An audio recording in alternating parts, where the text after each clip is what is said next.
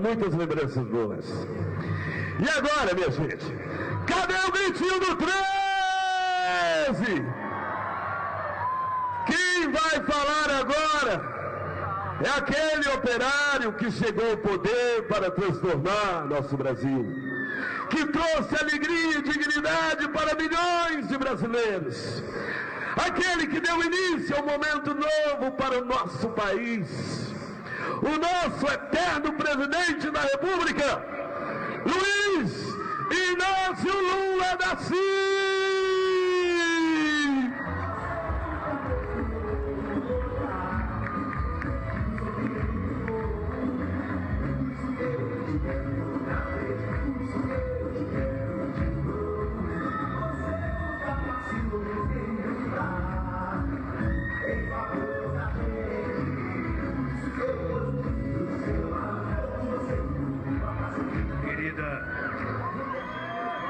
Companheira Dilma Rousseff, nossa querida presidenta da República do nosso país, meu querido companheiro Michel Temer, vice-presidente da República, querido companheiro Fernando Pimentel, nosso querido ex-prefeito de Belo Horizonte, ex-ministro do Desenvolvimento e futuro governador do estado de Minas Gerais, meu querido companheiro Tony Andrade, ex-deputado, ex-ministro, deputado agora outra vez e futuro vice-governador do estado de Minas Gerais, meu querido companheiro Josué Alencar. Essa homenagem que nós fizemos aqui ao Zé Alencar é pelos serviços prestados pelo Zé Alencar a este país. Às vezes leva tempo para as pessoas descobrirem as qualidades das pessoas.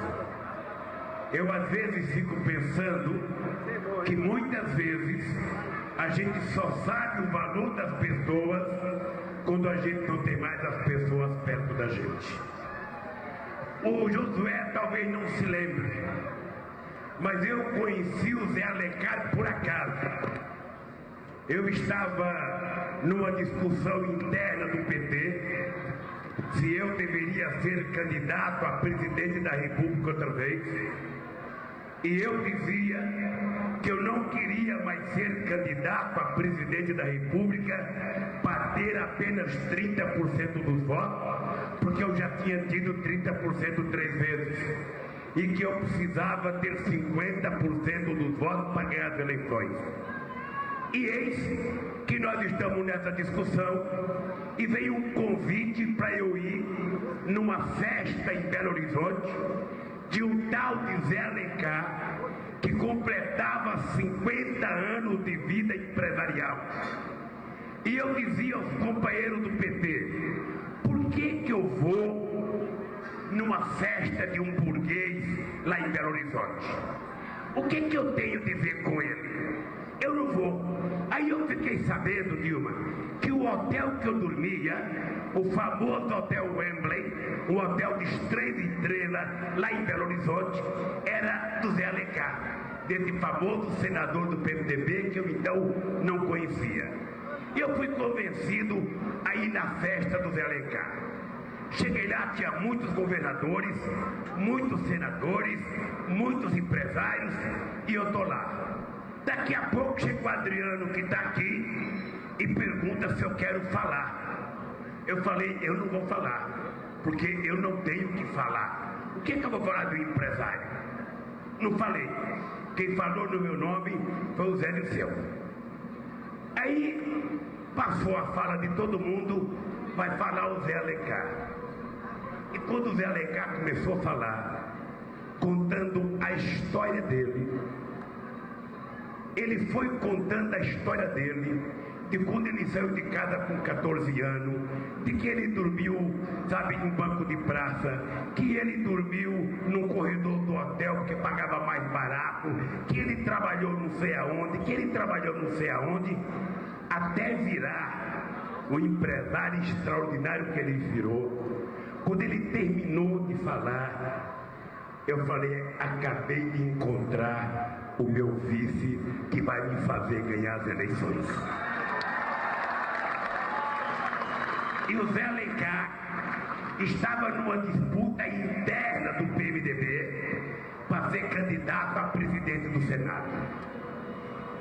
E ele se sentiu traído pelo PMDB porque só teve o voto dele.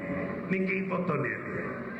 No dia seguinte, que eu percebi que o Zé Alencar tinha perdido no PMDB, lá saio eu de São Paulo e vou a Brasília conversar com o Zé Alencar. Eu não tinha muita amizade com ele, cheguei lá, me apresentei, sabe, conversamos um pouquinho. Eu falei, Zé, é o seguinte, eu vi o teu discurso lá em Belo Horizonte e você é o cara que falta para me fazer ganhar as eleições. Eu preciso de um cara exatamente como você.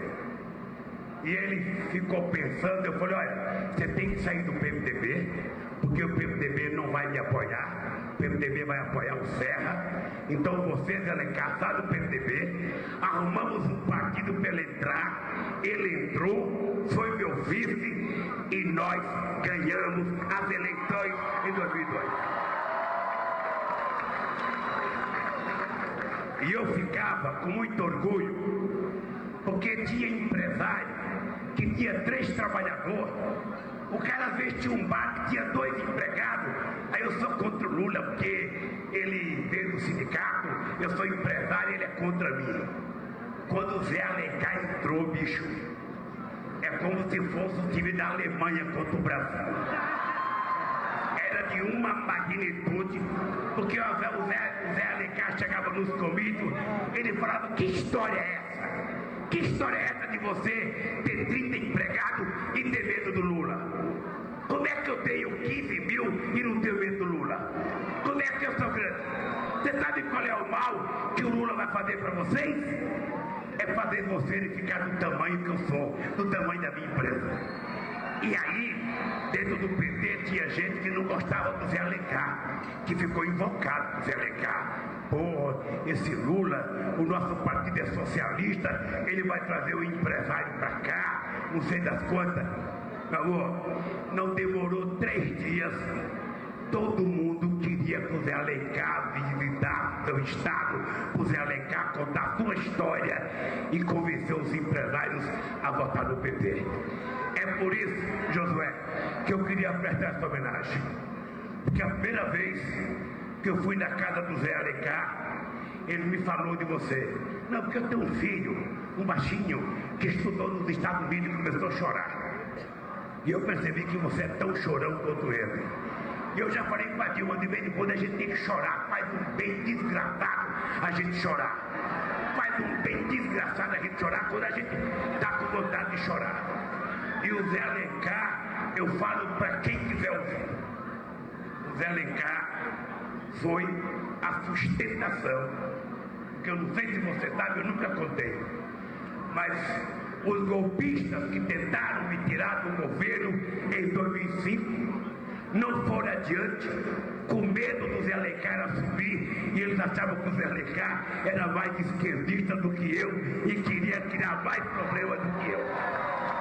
Então eu quero que você saiba que eu devo muito ao Zé Alencar, devo muito. A Dilma viveu com ele todas as reuniões, e por isso, Josué, que eu estou aqui para pedir humildemente a cada mulher e a cada homem desse estado que está na hora de Minas Gerais eleger um senador que possa honrar e dignificar o povo de Minas Gerais e Brasília. Eu sou um homem que acredito em destino. Eu acredito em destino. E por que eu acredito em destino? É porque tem coisas que a gente não consegue explicar. Veja uma coisa. Como é que pode eu sair de Garanhuns como saí, comendo o dedo, tá vendo que eu não tenho um dedo? Eu comi o dedo para poder não morrer de fome e virar presidente da República. Como é que pode eu, sindicalista radical, e encontrar um vice que era um empresário radical e deu certo. Como é que pode essa companheira, que dentro do PT, se em 2009 eu fosse perguntar no PT quem vai ser o nosso candidato a presidente, certamente o nome dela não aparecia, porque ela não era possível de ser, sabe, votada dentro do PT, porque ela não fazia política, porque ela nunca tinha sido nada. Ora então, por que eu acredito em destino?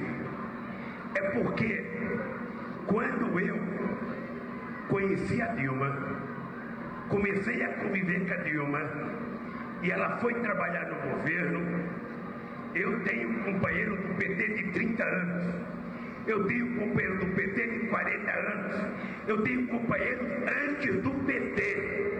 E por que exatamente essa baixinha, que eu não a conhecia tanto, foi cair na minha graça para ser presidente da República desse país? Eu vou contar para vocês. A primeira coisa que fez a Dilma me impressionar é que eu era candidato em 2002 e convoquei uma reunião com 10 companheiros especialistas para discutir uma proposta para o setor energético brasileiro. E eu não conhecia a Dilma. De repente, chega lá uma companheira com laptop embaixo do braço, secretária do Olívio Dutra de Minas e Energia. E tinha lá muita gente falando, gente boa, gente de qualidade, que até hoje trabalha com a gente. Tinha muita gente de Minas Gerais, tinha companheiro do Rio de Janeiro, e chega essa gaúcha. E a gente discute de lá, discute de cá, discute de cá. O negócio é o seguinte, ela é mineira quando está aqui, ela é gaúcha quando está no Rio Grande do Sul, e ela é mineira quando está no Brasil inteiro, porque afinal de contas foi aqui que a bichinha nasceu. Mas veja, aí eu estou discutindo energia, eu não entendia muita coisa, e eu vi a força que essa mulher discutia a questão energética. Na época, o PT já tinha feito um acordo com o PMDB e o PT já tinha dado o Ministério de Minas e Energia para o PMDB. Aí eu liguei para os companheiros que estavam negociando e eles falaram assim para mim: ô presidente, acabamos de dar o Ministério de Minas e Energia para o PMDB. Eu falei: então, retiro o que vocês fizeram, porque eu acabei de encontrar a minha ministra de Minas e Energia depois da reunião, e essa ministra é a companheira Dilma Rousseff. Pois bem, ela é a companheira que me propôs o programa Luz para Todos. Ela é a companheira que fez a nova regulação do setor energético desse país. Eu não sei se vocês sabem que o apagão que houve em 2001, nós tínhamos excesso de água no sul e falta de água no sudeste, e a gente não tinha linha de transmissão para trazer energia.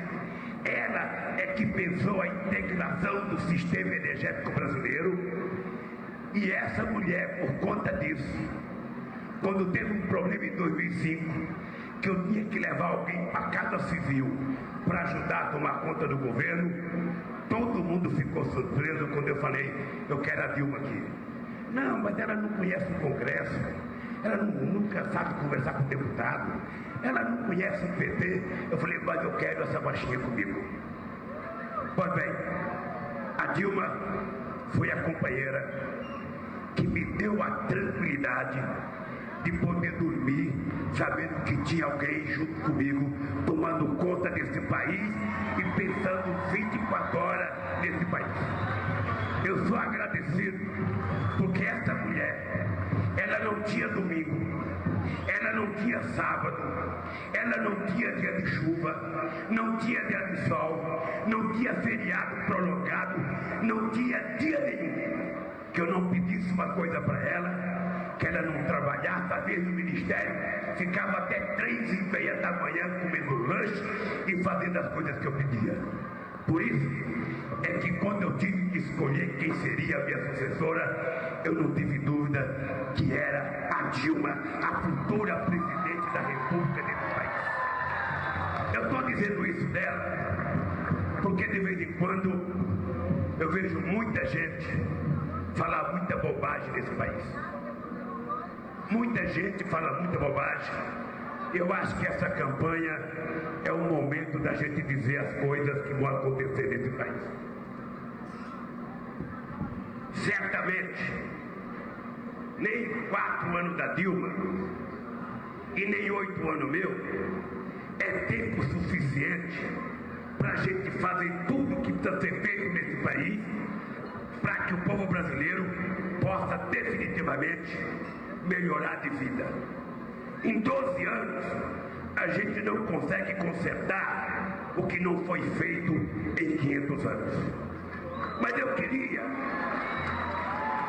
que vocês meditassem, sobretudo os mais velhos e os mais novos, que quando eu ganhei as eleições não tinham nascido, ou que tinham entre 10 e 12 anos, e que, portanto, não tem nenhuma razão de compreender o que nós fizemos.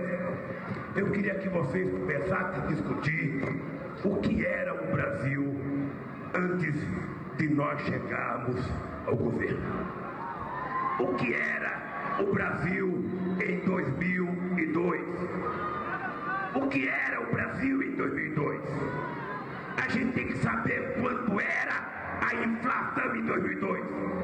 Porque hoje, presidenta Dilma, eu vejo as pessoas dizerem que a inflação está alta. E eu sei que você gostaria que a inflação fosse menos que 4, fosse 3, fosse 2. Porque ela sabe que a inflação prejudica exatamente a parte da população que vive de salário. E é por isso que ela briga 24 horas por dia para fazer a inflação voltar ao centro da meta. Seria fácil ela fazer se ela fizesse que nem os tucanos estão prometendo: causar desemprego. Causa desemprego, deixa mandar muita gente embora, arrocha salário, como eles fazem, que aí diminui o emprego. E ela quer provar que é possível controlar a inflação sem ter desemprego e sem ter arrocho salarial. Essa é a revolução que nós queremos fazer nesse país. E eles falam: presidente, eu estava dentro de uma fábrica, eu era dirigente sindical, quando em 1986 ele já dirigiu o país e a inflação era 80% ao mês. Não era 80% ao ano, era 80% ao mês. E eles achavam pouco. Agora é 6% ao ano, eles dizem que é muito. E obviamente que nós queremos menos. E vamos brigar para baixar o preço da carne, para baixar o preço do pão, o preço do arroz, o preço do feijão, o preço do tomate, o preço do chuchu, do pimentão. Mas a gente quer fazer isso democraticamente. A gente não vai fazer aquele negócio de criar fiscal para sair correndo atrás das pessoas e depois do mercado paralelo fazer os preços subir. Quem vai ajudar a gente a controlar a inflação é o povo brasileiro não comprando as coisas que estão caras. E eu tenho certeza que vocês vão contribuir. Vamos voltar a 2002 para ver quanto que era o desemprego. Vamos ver quanta gente tinha desempregada neste país em 2002.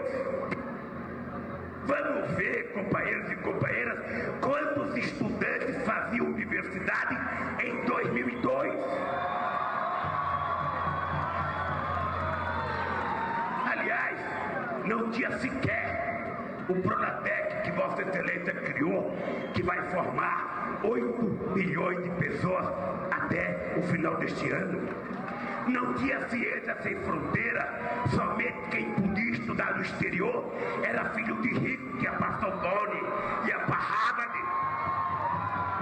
agora é filho de pedreiro, é filho de trabalhador aqui de Montes Claros, é filho de trabalhador de Minas Gerais que vai para os estrangeiros estudar. Eu fui agora receber o título de doutor honoris causa na Universidade de Salamanca e tinha 40 pessoas pobres no projeto Ciência Sem Fronteira, pessoas que não falavam sequer uma palavra espanhol, estava lá fazendo doutorado, aprendendo espanhol, aprendendo inglês, aprendendo francês, porque eles achavam que eu não ia saber governar porque não falava inglês. O que eles não sabiam é que eu falava a única língua que vocês compreendiam, que era o português, ainda errado, e que vocês também compreenderam. Pois bem, companheiros e companheiras, é por essas coisas que aconteceram neste país que a gente tem um compromisso de eleger essa companheira presidenta da República pela segunda vez.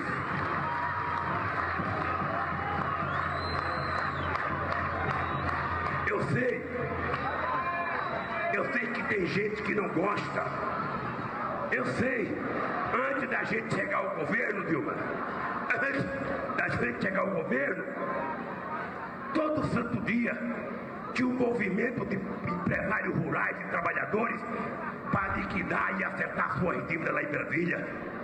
Nunca mais nós tivemos movimento, porque todas as dívidas foram quitadas. E essa mulher colocou para a agricultura este ano uma quantia que acho que nem eu teria coragem de colocar, 150, 180 bilhões de reais. Só não planta quem não quer, só não toma dinheiro emprestado quem não quer, porque agora tem dinheiro.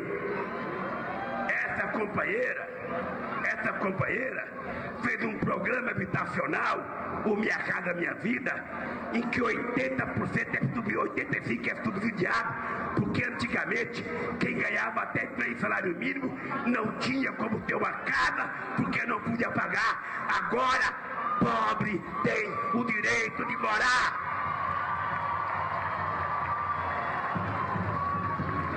Tem gente, Josué, incomodado, porque tem muito carro na rua. Puta merda, que coisa horrível. Tem pobre com muito carro na rua. Quem tiver incomodado com os carros, pegue ônibus. Deixa o povo pobre andar de carro, que ele nunca andou na vida. Tem gente incomodado porque tem empregada doméstica utilizando perfume. É bom ficar incomodado, porque o país que nós queremos construir, todo mundo tem direito a ter tudo o que quiser ter neste país. Eu estava vendo uma coisa que eu queria ler para vocês, que é uma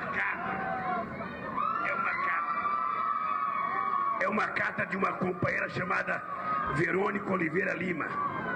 Ela é de Governador Valadares Pimentel. E ela dizia o seguinte, olha a frase dela: eu serei na vida o que eu quiser ser. Essa é uma frase que vale para todos nós. Eu serei na vida o que eu quiser ser. Só Deus pode impedir que eu não seja o que eu quiser ser. E ela fala, veja o que ela fala: quando o Lula chegou ao governo, minha família vivia abaixo da linha da pobreza. Éramos miseráveis. Hoje, estudo direito pelo ProUni. Comprei um apartamento através do Minha Casa Minha Vida. E acabei de passar no concurso da Caixa Econômica Federal. Um dia desses, alguém me disse que talvez eu consiga ser delegada quando me formar. E que promotora e juíza eu não consigo porque é difícil. Então eu respondi para a pessoa que disse que era difícil eu ser delegado e promotor: eu serei na vida o que eu quiser. O maior legado de Dilma e Lula é possibilitar que as pessoas pobres tenham oportunidade. E eu quero terminar, e não falei do Pimentel ainda. Todo mundo aqui sabe que eu fui amigo do candidato que é adversário da Dilma. Eu não vou citar o nome porque a gente não cita o nome de adversário. Mas todo mundo sabe que eu vim aqui muitas vezes em Minas Gerais, tive relações com todos os governadores e eu duvido que na história deste país tenha algum presidente que tenha tratado os governadores como Dilma e eu temos tratado os governadores.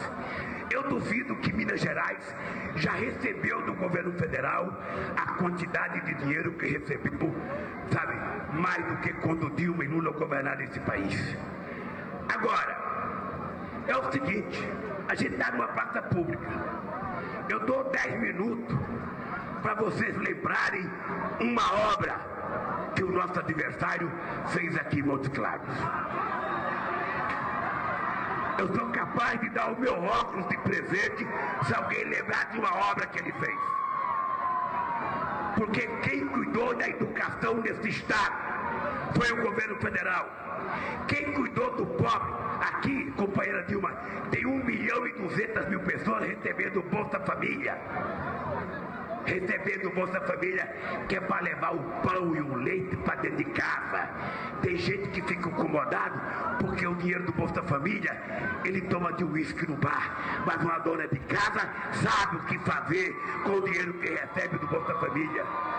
Por isso é que nós temos que eleger esse companheiro aqui em Minas Gerais. Minas Gerais está precisando ter uma experiência do PT para a gente mostrar que esse rapaz é capaz de fazer em Minas Gerais o que ele fez em Belo Horizonte, se transformando no melhor prefeito da história de Belo Horizonte.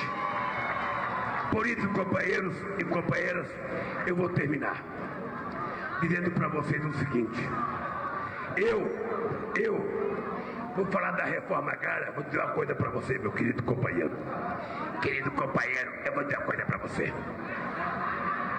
Se você pegar o governo da Dilma, olha o que eu vou lhe dizer aqui. Se você pegar o que nós fizemos nesses 12 anos no país, eu vou lhe dizer uma coisa. Nós disponibilizamos para a reforma agrária 49 milhões de hectares de terra. Isso significa 55% de tudo que foi feito em 500 anos nesse país. Agora, nós sabemos que tudo isso é pouco. E nós sabemos que é preciso fazer mais.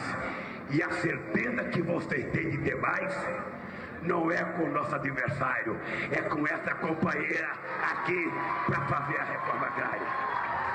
Pois bem, companheiros e companheiras, eu estou feliz de estar aqui hoje para poder pedir voto para essa companheira.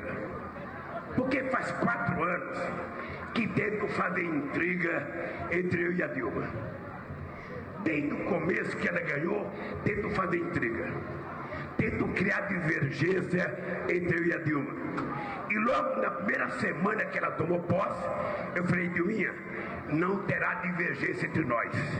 Porque o dia que tiver divergência entre nós, você está certa, a divergência acabou. Eu quero dizer para vocês, se o Brasil fosse um filho meu, eu teria coragem de dar esse filho meu para essa mulher criar. Este país não pode prescindir. Esse país não pode prescindir de um acúmulo de experiência bem-sucedida que essa mulher pode oferecer a este país. Ela pode fazer no segundo mandato muito mais e muito melhor do que eu fiz, e ela pode fazer muito mais. e muito melhor do que o primeiro mandato dela, porque aconteceu comigo. De 2007 a 2011 nós fomos muito mais eficazes, e eu tenho certeza que a minha de 2014 a 2018 será mais extraordinária que a Dilma de 2010 a 2014. Companheiros e companheiras, eu quero terminar pedindo voto para o Josué e pedindo voto para os deputados federais, para os deputados estaduais da coligação, porque para o Pimentel governar e para Dilma governar, eles precisam de ajuda de senador e de deputado estadual e federal.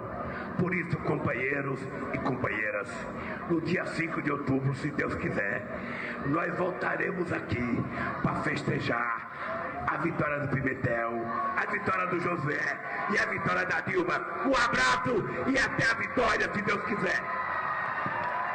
Eita, que emoção! Como é bom poder ouvir. E começou a vitória. Eu quero agradecer a senhora, presidenta Dilma, por ter vindo para a nossa terra dar esse primeiro passo da reeleição. Essa mesma terra, nossas Minas Gerais, que foi onde tudo começou. Também para a senhora, que nasceu em Belo Horizonte, nós nos sentimos honrados com a sua presença aqui. A presença da nossa presidente mineira, que recebe hoje o nosso carinho, o nosso apoio, a nossa gratidão. A palavra é sua, presidenta Dilma, nossa presidente Coração Valente, Dilma Rousseff! Boa noite, Montes Claros. Boa noite, meus conterrâneos mineiros. Boa noite. Eu queria começar dizendo para vocês que é um orgulho para mim ter esse presidente Lula como um companheiro de jornada, de caminho, de projeto. Nós temos um compromisso. O nosso compromisso é com o povo desse país. E nada nem ninguém nos afastará, porque nós somos feitos da mesma essência, da mesma força que vocês nos dão. Então, eu estou muito feliz de estar aqui com o nosso presidente Lula. Queria cumprimentar primeiro o Josué Alencar. O Josué, para mim, é o melhor candidato ao Senado Federal que um Estado pode ter. Porque o Josué é uma pessoa que tem valores, que acredita nas pessoas, no trabalho, e é uma pessoa leal, solidária, decente. Sobretudo, é um homem que já demonstrou sua capacidade. Eu sei que o Zé de Alencar, hoje, se tivesse aqui, teria chorado muito, teria se emocionado, teria, sobretudo, ficado muito orgulhoso de ver o Josué seguindo o mesmo caminho que ele seguiu. Porque o Zé Alencar era um homem de convicções. O Zé Alencar acreditava no povo mineiro. O Zé Alencar era um homem de causos, contava causos que nem os mineiros desse estado contam desde que nascem. E o Zé Alencar tinha um orgulho na vida. E o orgulho dele tinha nome, chamava Josué. Por isso eu tenho certeza que ele estaria extremamente alegre, ele estaria chorando de alegria. Queria cumprimentar também o meu querido companheiro de governo, o vice-presidente Michel Temer, um homem com grande capacidade de dialogar, de fazer consenso, sobretudo um homem leal, um grande brasileiro. Queria cumprimentar meu amigo de longas datas. Eu não vou dizer para vocês há quantos anos eu conheço Pimentel, mas eu e ele tínhamos mais ou menos 16, 17 anos quando nós nos conhecemos. E lá se vão muitos anos. O Pimentel mente idade, vocês fiquem sabendo, porque eu cheguei à conclusão que só eu envelheço, ele não envelhece. Então, eu não digo com a minha idade, porque se eu disser, ele diminui 3 anos da idade dele. Então, é isso. Faz muitos anos que eu conheço o Pimentel. E o Pimentel, ele, por meio dessa alegria que ele tem, dessa capacidade de conversar com todas as pessoas, se aproximar delas, é também uma pessoa com muito espírito de luta. Votar no Pimentel é votar numa pessoa que tem grande capacidade de perseguir um caminho e de conquistar todos os benefícios que ele se propuser para o estado de Minas. Minas vai estar em boas mãos com Fernando Pimentel. Como Minas vai estar muito bem representada, elegendo o nosso querido Josué Alencar para senador. Eu conheci uma pessoa fantástica, que foi o Antônio Andrade, que vocês chamam de Toninho Andrade, que é candidato a vice-governador. O Antônio Andrade tem um grande mérito. É aquele tipo do mineiro que muitas vezes fica calado, mas surpreende quando age, quando atua e quando quer realizar ações. Foi ministro da Agricultura e, como ministro da Agricultura, teve um grande compromisso com a agricultura do Brasil. Mas eu quero destacar o compromisso que ele teve com a agricultura de Minas Gerais. Outra pessoa que eu quero cumprimentar é o Luiz Dulce. Também a professora Maria Inês. Queria cumprimentar também a Beatriz Cerqueira e quero pedir a atenção de vocês. Ninguém consegue governar sem ter uma equipe. E aí, a importância de se eleger o senador, os deputados federais, que lá em Brasília serão os responsáveis por tudo que nós quisermos mudar neste país quando se tratar de lei. E aqui em Minas, os deputados estaduais que farão as leis que vão melhorar a gestão, o governo e tudo que nós precisamos de realizar aqui em Minas. Queria cumprimentar os senhores jornalistas aqui presentes, os fotógrafos e os cinegrafistas. Eu vou começar contando para vocês como é que eu conheci o Zé de Alencar.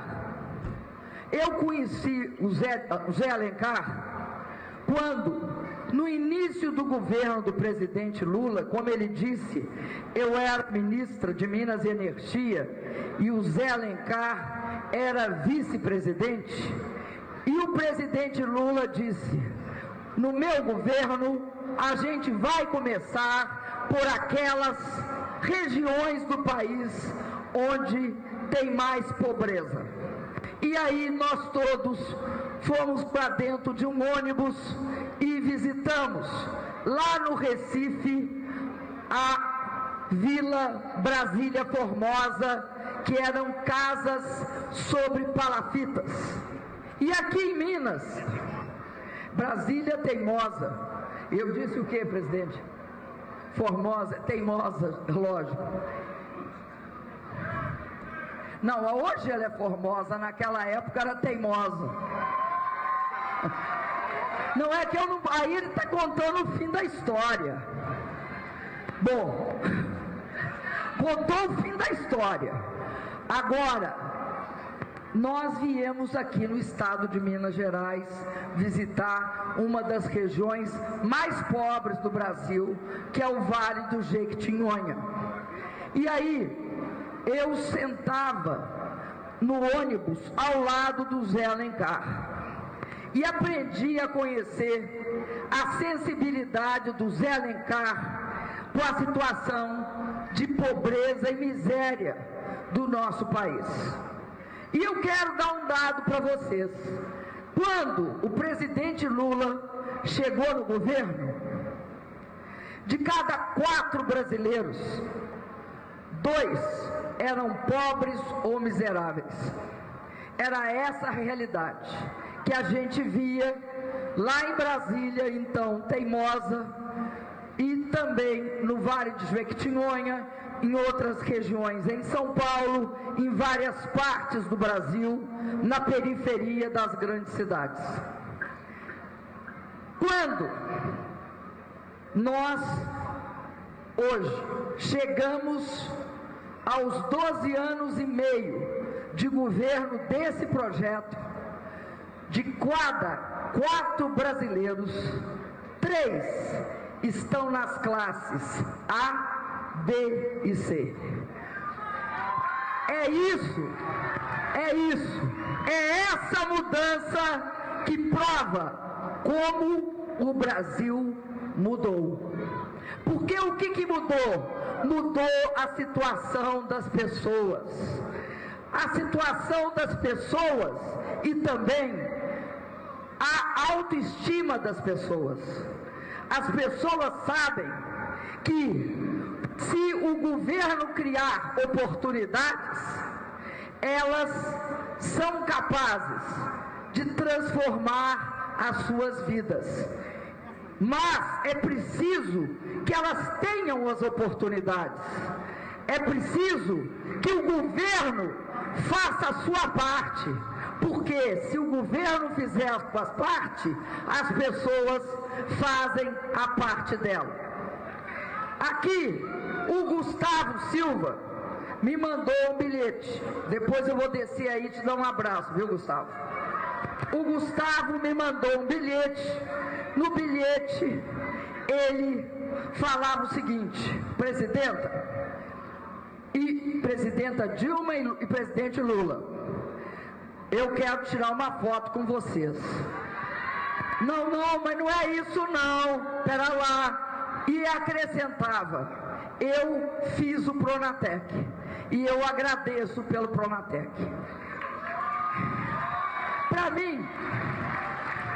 Para mim, que participei nesse Brasil afora, em várias formaturas, só não fui em todas, porque é impossível ir em todas, mas eu fui em várias.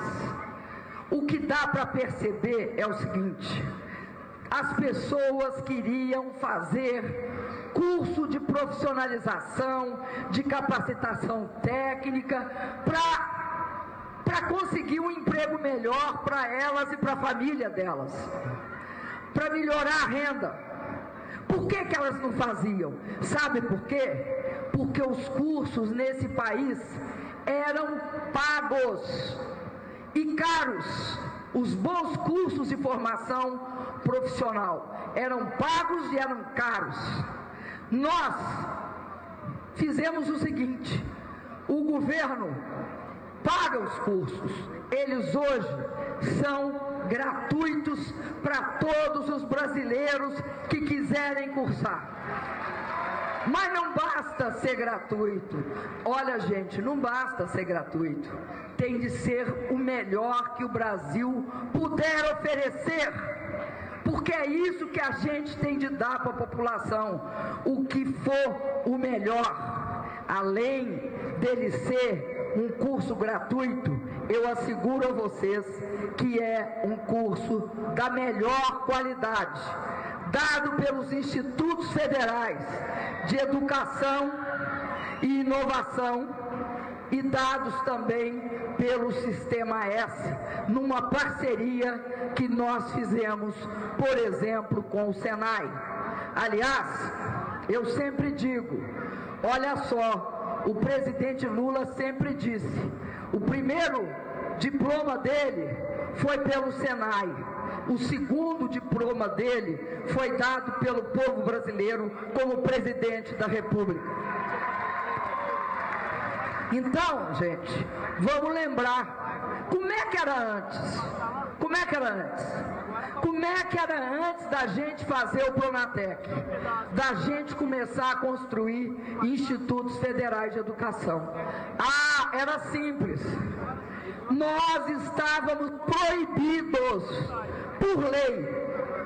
Na época do presidente Lula, em 2005, nós mandamos uma lei para o Congresso que acabava com a proibição do governo federal fazer escola técnica.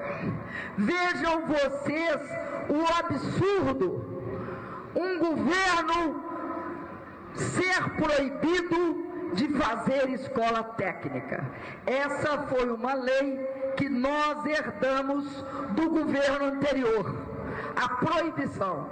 Acabamos com a proibição. Qual foi o resultado? Institutos federais de educação espalhados por todo esse país, por esse estado. E além disso, o Pronatec, 8 milhões de matrículas nós faremos. 2/3 da matrícula é para qualificação profissional do trabalhador, da trabalhadora, do jovem, do adulto, do aposentado, de quem quiser, homens e mulheres. Agora, mulheres, presta atenção, um dado interessantíssimo. Sabe que as mulheres são 60% do Pronatec? Pois bem, as mulheres estão aí lutando, correndo atrás, porque sempre tiveram menos oportunidades. Isso deve orgulhar todas as famílias, porque todo mundo aqui tem mãe, e mãe é mulher. Então, fica tudo em casa. A outra questão que eu quero aproveitar e falar é sobre os médicos do Mais Médico. E aqui nós temos um médico dos Mais Médicos, um médico cubano. Ele vai explicar para vocês a questão dos Mais Médicos. O que acontece no Brasil? No Brasil, nós tínhamos a seguinte situação. Tinha poucos médicos para atender muita gente. Então, o médico era levado a mudar de um emprego para o outro, porque ele era muito demandado.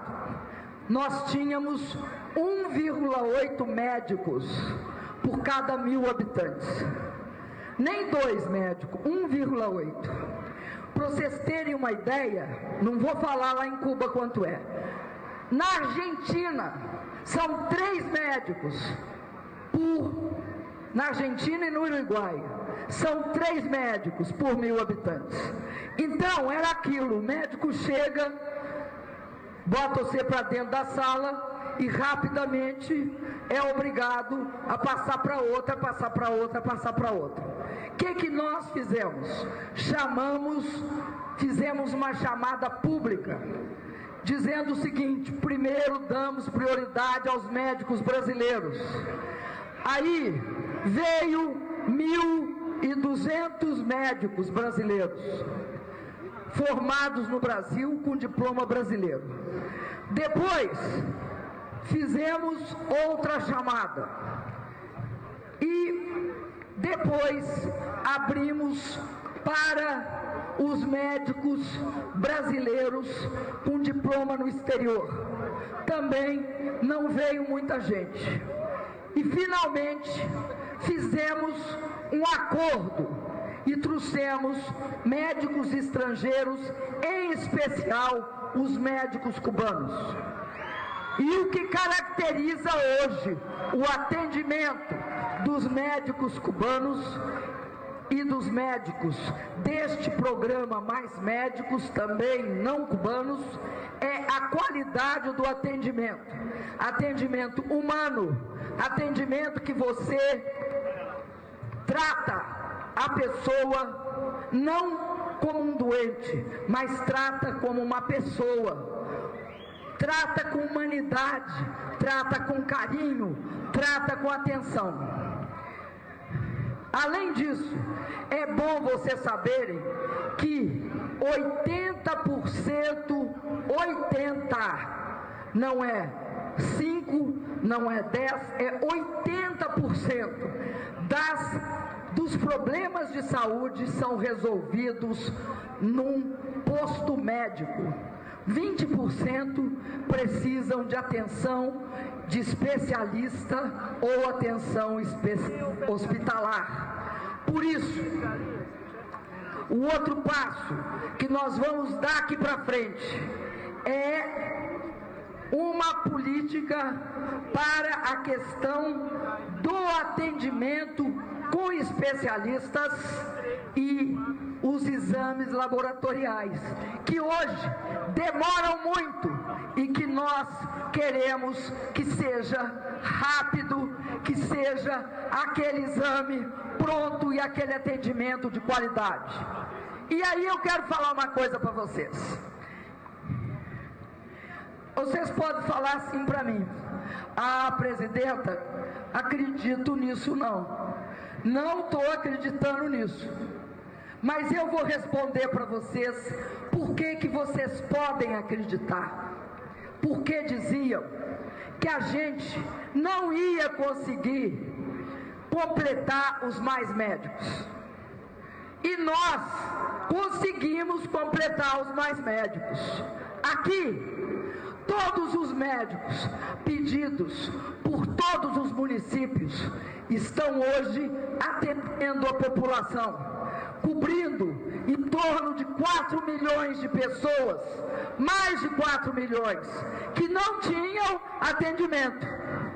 Então, qual é a consequência? É o seguinte: quem fez?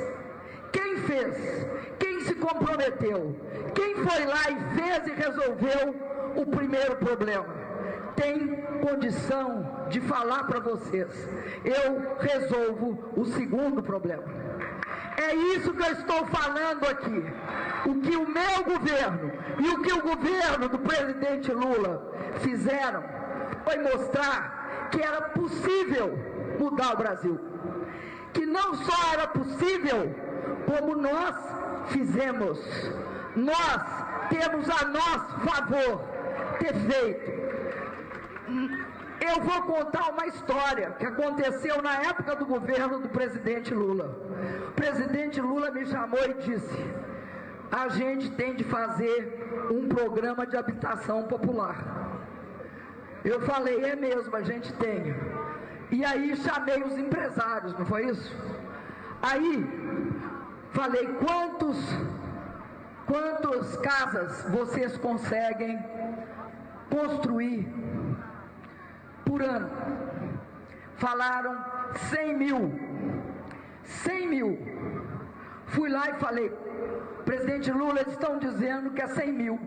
E o presidente Lula me disse: coisíssima nenhuma, não pode ser 100 mil, de jeito nenhum, porque o povo brasileiro precisa muito mais de 100 mil. Para início de conversa, 100 mil, gente, não dava nem para o gasto. Aí voltei lá, fizemos outra reunião. Aí falaram que conseguiam fazer 500 mil. Para resumir a conversa, nós resolvemos fazer 1 milhão. 1 milhão. Como nós tínhamos conseguido fazer 1 milhão? Quando chegou a minha vez, nós pudemos aumentar o número, e aí fomos para 2.750.000. Por quê? Porque tínhamos feito 1 milhão. Senão, não íamos ter competência para fazer. E agora, nós podemos dizer que esses 3.750.000 apartamentos e casas estão sendo construídas. A metade deles já estão entregues, a outra parte contratada. E aí, nós temos de lançar esse ano, para começar a construir logo no ano que vem, a terceira fase do Minha Casa Minha Vida. E quero dizer para vocês que é 3 milhões de moradia. Da mesma forma, gente, é o Pronatec aqui do Gustavo Silva.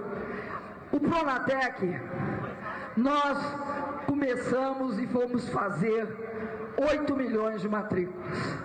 E nos próximos 4 anos, o objetivo é fazer mais 12 milhões. Serão 20 milhões de brasileiros e brasileiras beneficiados com o Pronatec. E eu quero agora concluir falando para vocês o que eu repito e falo todas as vezes, que é o seguinte: vocês viram a Copa do Mundo, não viram? Viram, né? Pois é. Antes da Copa do Mundo começar e continuar, o que é que falavam da Copa do Mundo, hein? Não vai ter Copa. E se tiver Copa, é o caos. É o caos. O que aconteceu? Aconteceu que nós fizemos a melhor Copa de todos os tempos. A Copa da Alegria, a Copa da Competência, porque aeroporto funcionou, né? Aeroporto de qualidade para o povo brasileiro. É óbvio, sem chave, aeroporto que todo mundo pode entrar.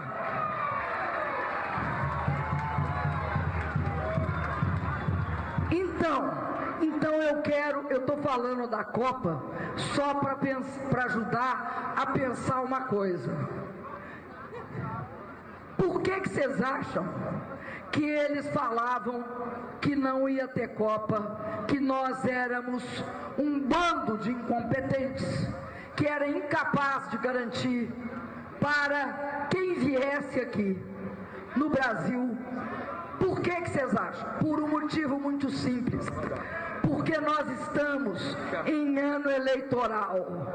Em ano eleitoral se usa, muita gente usa de falsidades, mentiras, desinformações para politizar e criar a situação do quanto pior, melhor.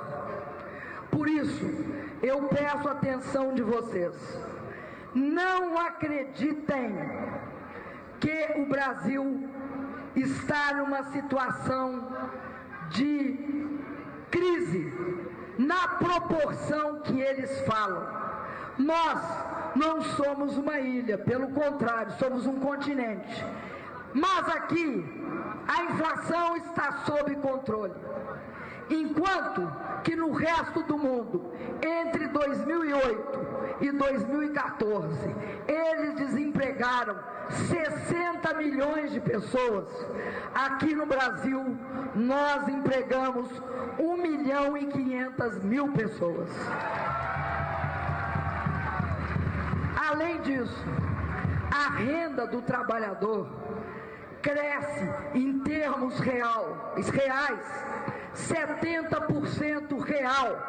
E o que acontece? Acontece o seguinte: no resto do mundo há desemprego recessão, perda de direitos. Esse método de combater a crise nós rejeitamos. O nosso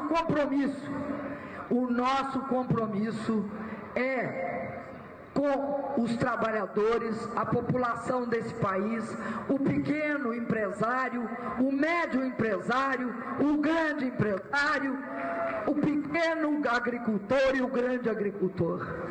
Esse país tem tudo para crescer. E tem uma coisa também que eles azararam, disseram que não ia acontecer. Vou dizer para vocês, só para fechar essa conversa, o que foi. O pré-sal.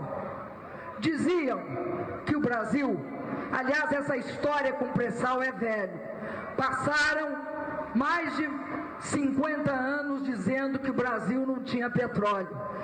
Aí houve o movimento do petróleo é nosso e acharam petróleo. Quando nós descobrimos o pré-sal, e o pré-sal é muito importante, aqui tem professor, eu vou explicar por que o pré-sal é importante para os professores aqui. Quando nós descobrimos o pré-sal, disseram o seguinte: não vão conseguir tirar aquele petróleo lá do fundo do mar. Isso começou ainda na época do presidente Lula. Não vão conseguir. O petróleo não sai de lá, nem que a vaca tussa, porque ele está muito fundo, mais de 7 metros ou 7 quilômetros.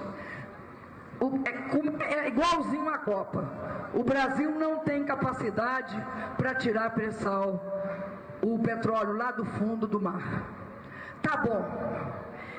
Nós descobrimos o pré-sal entre 2006 e 2007. Então, o que aconteceu? Hoje, nós já conseguimos tirar de lá. Outro dia nós comemoramos, como a imprensa não dá direito, talvez não saibam, nós comemoramos um marco histórico. A Petrobras chegou a 500 mil barris. Para vocês saberem o que é 500 mil barris, eu dou duas coisas. Primeiro, nós levamos 30 anos para tirar os primeiros 500 mil barris. 30 anos.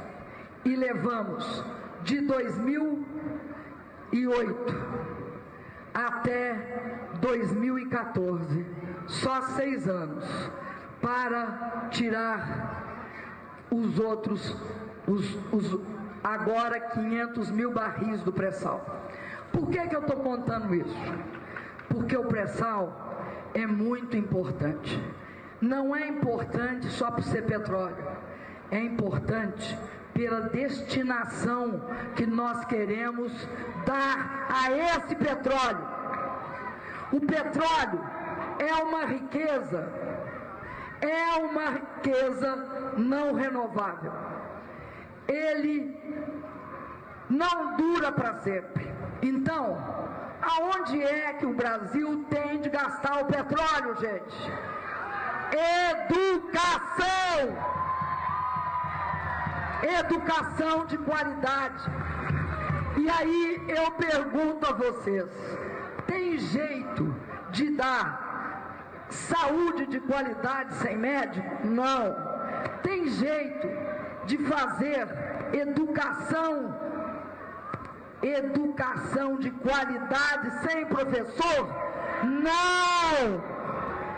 Por isso que é muito importante essa lei que nós conseguimos aprovar. Por isso que é muito importante eleger deputado federal. Por isso que é importante ter um senador com compromisso. Por quê? Para que a educação cumpre 2 papéis. O primeiro papel, ela garante que tudo isso, que lá a partir do Lula, nós conseguimos nesse país, que foi diminuir a desigualdade, que era vergonhosa, distribuir renda, fazer com que a empregada doméstica sente no seu lugar, lá no avião, que o filho do pedreiro vire médico, que o porteiro vire médico.